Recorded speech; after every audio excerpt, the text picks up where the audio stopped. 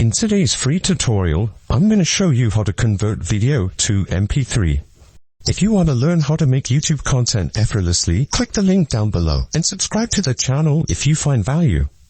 Open up a new tab and type in MP3 converter, then click any one of these three websites, and then click or choose a file that you want to convert to MP3. And then make sure that the output is MP3, or you can change a different audio file if you would like. You can click this icon to adjust the settings or the volume. You can have it fade in, fade out, reverse the audio, and click apply, and then last, and then click convert, and then click download once finished.